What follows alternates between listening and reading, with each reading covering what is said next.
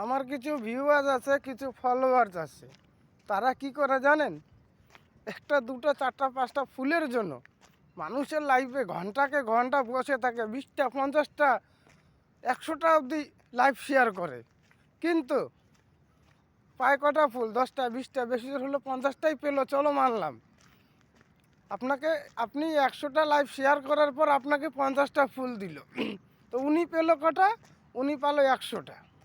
আর আপনাকে দিল কটা? 50টা। তো ওই কাজটা আপনি ঘন্টাকে ঘন্টা কমেন্ট করলেন, এবার হিসাব করে দেখুন তো ওনাকে কত কমেন্ট করলেন।